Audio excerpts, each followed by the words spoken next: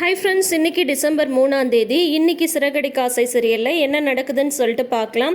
இப்போ பார்த்தீங்கன்னா கோயிலில் 2 தீச்சட்டி வந்து ரெடி ஆகிட்டுருக்கு. பூச்சட்டி எதுக்குன்னு சொல்லிட்டு பார்த்தீங்கன்னா, நம்ம மனோஜும் விஜயாவும் வந்து பூச்சட்டி எடுக்கணும் இல்லையா, அதுக்காக ரோகிணி வந்து வச்சு விசிறிட்டுருக்காங்க. ஒரு பக்கம் வந்து மஞ்சள் கலர் புடவையில் விஜயா வந்து அவங்களோட காஸ்டியூம் எல்லாம் போட்டுட்டு ரெடியாக இருக்காங்க. நல்லா வந்து விபூதி பொட்டு இதெல்லாம் வச்சுக்கிட்டு ஒரு அம்மன் பக்தையாகவே வந்து மாறிட்டாங்க விஜயா. இந்த பக்கம் பார்த்தீங்கன்னா மனோஜுக்கு எப்போவுமே அவங்க ஃப்ரெண்டு மொட்டத்தில் ஃப்ரெண்டு தான் எல்லா விஷயத்துலையும் கூடயே இருப்பார். அவர் தான் ஹெல்ப் பண்ணிகிட்ருக்காரு. பார்த்தா மனோஜுமே வந்து அந்த வேப்பிலை ட்ரெஸ்ஸு அதை வந்து போட்டுட்டு வந்துடுறாங்க. அதுக்கப்புறம் வந்து பார்த்தா நல்லா தீச்சட்டி வந்து சூப்பராக ரெடியாகி தக தக நெறிஞ்சிட்ருக்கு. விஜயா வந்து இதோட என் பையனுக்கு பிரச்சனை எல்லாம் தீந்துடணும், அவனுக்கு சூனியம் வச்ச அந்த இதெல்லாம் எதுவுமே இல்லாமல் அவனுக்கு வியாபாரம் வந்து ஓஹோன்னு நடக்கணும், அவன் பெரிய கோடீஸ்வரனாக மாறிடணும் அப்படின்லாம் வந்து நல்லா வேண்டிக்கிறாங்க. வேண்டிக்கிட்டு அதுக்கப்புறம் வந்து தீச்சட்டியை கையில் வாங்கினா பயங்கர சூடாக தான் இருக்கும் இல்லைங்களா. பார்த்தா தவிக்கிறாரு மனோஜ். ஓட ஆரம்பிச்சாரு. அந்த பூச்சட்டியை வந்து கையில் வச்சுட்டு சூடு தாங்கல அப்படின்ட்டு விஜயா வந்து கத்துறாங்க. டே, இந்த மாதிரிலாம் ஓடக்கூடாது, பொறுமையாக தான் சுற்றணும் அப்படின்றாங்க விஜயா.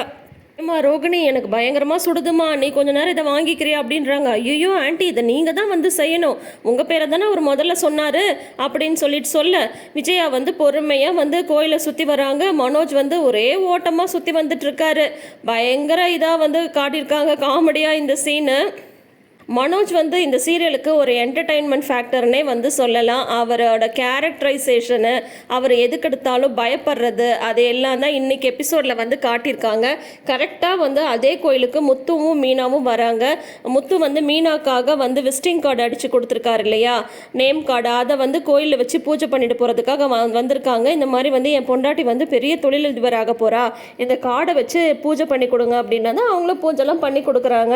அதுக்கப்புறம் இவங்க கோயில் சுற்றி வரும்போது பார்த்தீங்கன்னா மீனா தான் ஃபஸ்ட்டு பார்க்குறாங்க விஜயாவை. உடனே முத்துட்ட வந்து ஏங்க அங்கே பாருங்க அப்படின்னதும், யாரோ ஒரு அம்மா வந்து பூச்சட்டி எடுத்துகிட்டு இருக்காங்க அப்படின்னு முத்து வந்து சொல்ல, யாரோ ஒரு அம்மா இல்லைங்க, அது உங்கள் அம்மா, நல்லா பாருங்க அப்படின்றாங்க.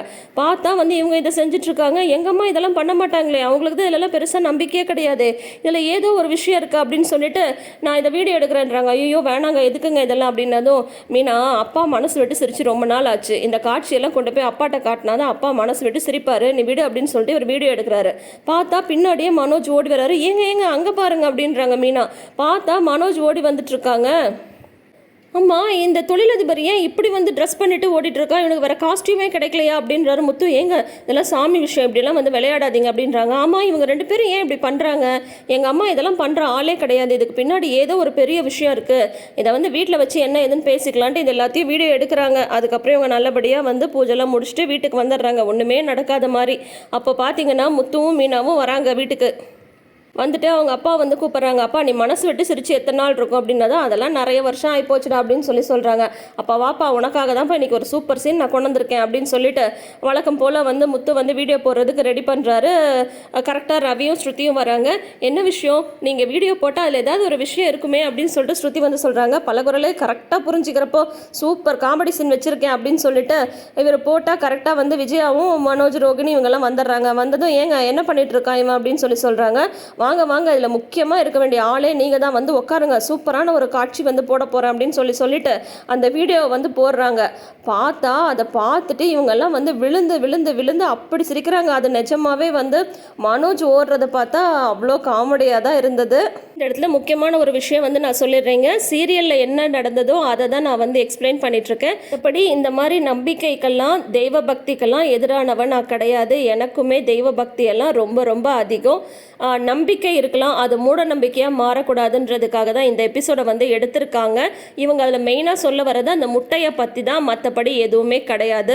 அதுக்கப்புறம் வந்து விஜயாட்ட வந்து அண்ணாமலை வந்து கேட்குறாங்க, என்ன விஜயா இதெல்லாம் என்ன பண்ணி வச்சுருக்க அப்படின்னதும், இல்லைங்க இது வந்து ஒரு வேண்டுதல் பிரார்த்தனை, அதான் நான் நேற்றே விரதம்னு சொன்னல அப்படின்னு சொல்லிட்டு சொல்கிறாங்க.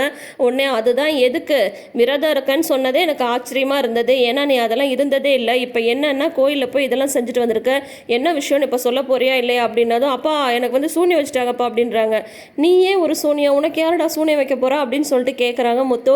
மீனா, உங்கள் ஹஸ்பண்டை கொஞ்சம் பேசாமல் இருக்க சொல்லுங்கள், என்ன இவர் இதெல்லாம் வீடியோ எடுத்துகிட்டு வந்திருக்காரு அப்படின்றாங்க. ஏங்க நான் பேச சொன்னேன் இது வேணான்னு, அவர் வந்து எல்லாருக்கும் தெரியணும்னு தான் எடுத்துகிட்டு வந்தாங்க, என்னன்னு தான் கேளுங்களேன் அப்படின்னு சொல்லிட்டு சொல்கிறாங்க மீனா. அதுக்கப்புறம் வந்து அண்ணாமலை வந்து நான் கேட்குறேன் அப்படின்னு சொல்லிட்டு விஜயாட்ட வந்து கேட்கும்போது இந்த மாதிரி மனோஜோட கடைக்கு வெளியில் யாரோ சூனியம் வச்ச முட்டையை வந்து வச்சுருந்தாங்க அப்படின்னு சொன்னது. ஆமாப்பா, அதை வந்து நான் ஒரு ஜோசியர்கிட்ட எடுத்துகிட்டு போய் கன்ஃபார்ம் பண்ணேன் அப்படின்னு சொல்கிறாங்க. உடனே வந்து டேய் நீ என்னடா வந்து ப்ரெக்னன்சி கன்ஃபார்ம் பண்ண மாதிரி இப்படி சொல்லிட்டு இருக்க அப்படின்றாரு முத்து.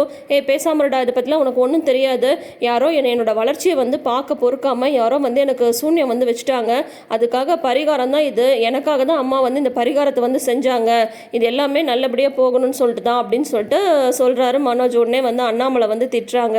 இதெல்லாம் என்ன நம்பிக்கை விஜயா? ஏண்டா மனோஜ், உன்னை தான் நான் வந்து படிக்க வச்சனே, அப்போ கூட நீ இதெல்லாம் கொஞ்சம் கூட மாறவே இல்லையா? நீ எல்லாம் என்னதான்டா படிச்சிருக்க? அதை வந்து அவனோட உழைப்பை மட்டும்தான் நம்பணும். இந்த மாதிரி மூட நம்பிக்கையெல்லாம் நம்பக்கூடாது. ஒரு 3 முட்டையை வச்சு ஒருத்தனோட வளர்ச்சியை வந்து தடுத்துடலாம் அப்படின்ற மாதிரி இருந்தால் ஊரில் இருக்கிறவங்க எல்லாரும் முட்டை கடைக்கு தான் படையெடுத்து போவாங்க அப்படின்னு சொல்லிட்டு சொல்கிறாரு அண்ணாமலை. உடனே மீனாவும் சொல்கிறாங்க, ஆமாம் மாமா, அப்புறம் முட்டை வியாபாரம் தான் ஓஹோன்னு நடக்கும் அப்படின்றாங்க. உனக்கு என்னடி கிண்டலா அப்படின்றாங்க விஜயா. அவள் சொன்னதில் என்ன தப்பு இருக்குது? அதாவது நம்பிக்கை இருக்கலாம், அது எப்போவுமே மூட நம்பிக்கையாக வந்து மாறவே கூடாது. யார் உன்னை இதெல்லாம் வந்து நம்ப சொன்னது? இதெல்லாம் கொஞ்சம் கூட யோசிக்க மாட்டிங்களா 2 பேரும்? அவன் தான் சொன்னானா நீயும் கண்மூடித்தனமாக இந்த மாதிரிலாம் போயிட்டு செஞ்சுட்டு வந்திருக்க. இந்த சூனியம் அது இதெல்லாம் எதுவுமே கிடையாது அப்படின்னு சொல்கிறாங்க. இல்லைப்பா, அதெல்லாம் இருக்குப்பா அப்படின்றாங்க. உடனே விஜயா சொல்கிறாங்க, ஏங்க உங்களை மாதிரி தாங்க முதல்ல நான் இதெல்லாம் நம்பலைங்க. ஆனால் நேற்று என் தலைமையில் வந்து ஃபேன் விலை வந்துச்சுல்ல, அது இல்லாமல் ஷாக் அடிச்சிச்சுல்ல, அதனால தாங்க நானே பயந்துட்டேன். அதனால தான் நானுமே வந்து பரிகாரத்தெல்லாம் செஞ்சுட்டு வந்தேன். இப்போ அது எல்லாமே விலகிடும். நம்ம மனோஜ் வந்து பெரிய கோடீஸ்வரனாக ஆகிறத யாரோ தடுக்கிறாங்கங்க அப்படின்றாங்க. அதெல்லாம் ஒன்றும் கிடையாது விஜயா. இனிமேவாது இந்த மாதிரி முட்டாள்தனமாக எதுவும் யோசிக்காதீங்க அப்படின்னு சொல்லிட்டு இருக்கும் போதே மனோஜோட ஷோரூம் கீயை வாங்குறதுக்காக அங்கே இருக்கிற சேல்ஸ்மேன் வந்து வந்திருக்காங்க. சார், கீ வந்து நேற்று உங்ககிட்டே வந்துருச்சு அப்படின்னதும் இருங்க எடுத்துகிட்டு வரேன் அப்படின்றாங்க. அப்போ அவர் வந்து சொல்கிறாரு, சார் அப்புறம் இன்னொரு விஷயம் அப்படின்னது என்ன அப்படிங்கும் போது, இல்லை சார் நம்ம கடை திறக்கும் போது அந்த கடை வெளியில் வந்து முட்டை இருந்தது இல்லையா, அது வந்து சூன்ய முட்டைலாம் இல்லை அப்படின்றாங்க. உடனே மனோஜ் வந்து எல்லாரையும் திரும்ப பார்க்குறாங்க. எல்லாரும் மனோஜே பார்க்குறாங்க. என்னையா சொல்கிற அப்படின்றாங்க. ஆமாம் சார், இன்னைக்கு வந்து மழை பெஞ்சிட்டு இருந்ததில்ல, அப்போது நம்ம பக்கத்தில் வந்து ஒரு ஏடிஎம் இருக்கும்ல, அங்கே வந்து செக்யூரிட்டியாக இருப்பார்ல, அந்த பெரியவர் வந்து அவங்க பேரனோட கடைக்கு போயிட்டு முட்டை வாங்கிட்டு வந்தார் போல இருக்கு. மழைக்கு ஒதுங்கிறதுக்காக நம்ம கடை வாசலில் வந்து ஒதுங்கியிருக்காங்க. அப்போ அந்த பையன் வந்து அதில் டிராயிங்லாம் போட்டிருக்கான் சார். அவங்க வந்து மறந்து அங்கேயே வந்து அந்த முட்டையை வந்து வச்சுட்டு போயிட்டாங்க. இன்னைக்கு வந்து என்கிட்ட கேட்டாங்க, ஏன்பா இந்த மாதிரி வந்து வச்சுட்டு போயிட்டேன் அப்படின்னு சொல்லிட்டு கேட்டாங்க. அவங்களோட முட்டை தான் சார் அது, மற்றபடி யாரும் எதுவும் செய்யலை அப்படின்னு அவர் வந்து சொல்கிறாரு. அப்புறம் பார்த்தீங்கன்னா இவங்க எல்லாம் அப்படியே மனோஜே வந்து பார்க்குறாங்க. உடனே வந்து அண்ணாமலை வந்து சொல்கிறாரு, நான் அப்பயே சொன்னல இதெல்லாம் எதுவுமே கிடையாதுன்னு சொல்லிட்டு இனிமையாவது புத்திசாலித்தனமாக வந்து பொழைச்சிக்கோ அப்படின்னு சொல்லிட்டு அண்ணாமலை வந்து சொல்கிறாங்க. இந்த ஒரு இதோட வந்து இன்னைக்கு வந்து முடிச்சிருக்காங்க. அப்புறம் நாளைன்னு காட்டுறாங்க. அதில் வந்து பார்த்தீங்கன்னா பார்வதி வந்து மீனாட்ட வந்து சொல்கிறாங்க, அந்த 2 லட்ச ரூபாய் பணம் வந்து காணாமல் போனது தான்மா. அந்த பணத்தை வந்து ரோகிணி தான் நகையெல்லாம் விற்று அந்த பணத்தை ஏற்பாடு பண்ணி கொடுத்தா. அதை தான் விஜயா வந்து கொண்டு வந்து கொடுத்தா. இது வந்து விஜயாக்கே தெரியாது, ரோகிணி வந்து நகையை விற்று தான் பணம் கொடுத்துருக்கா அப்படின்ற விஷயம்.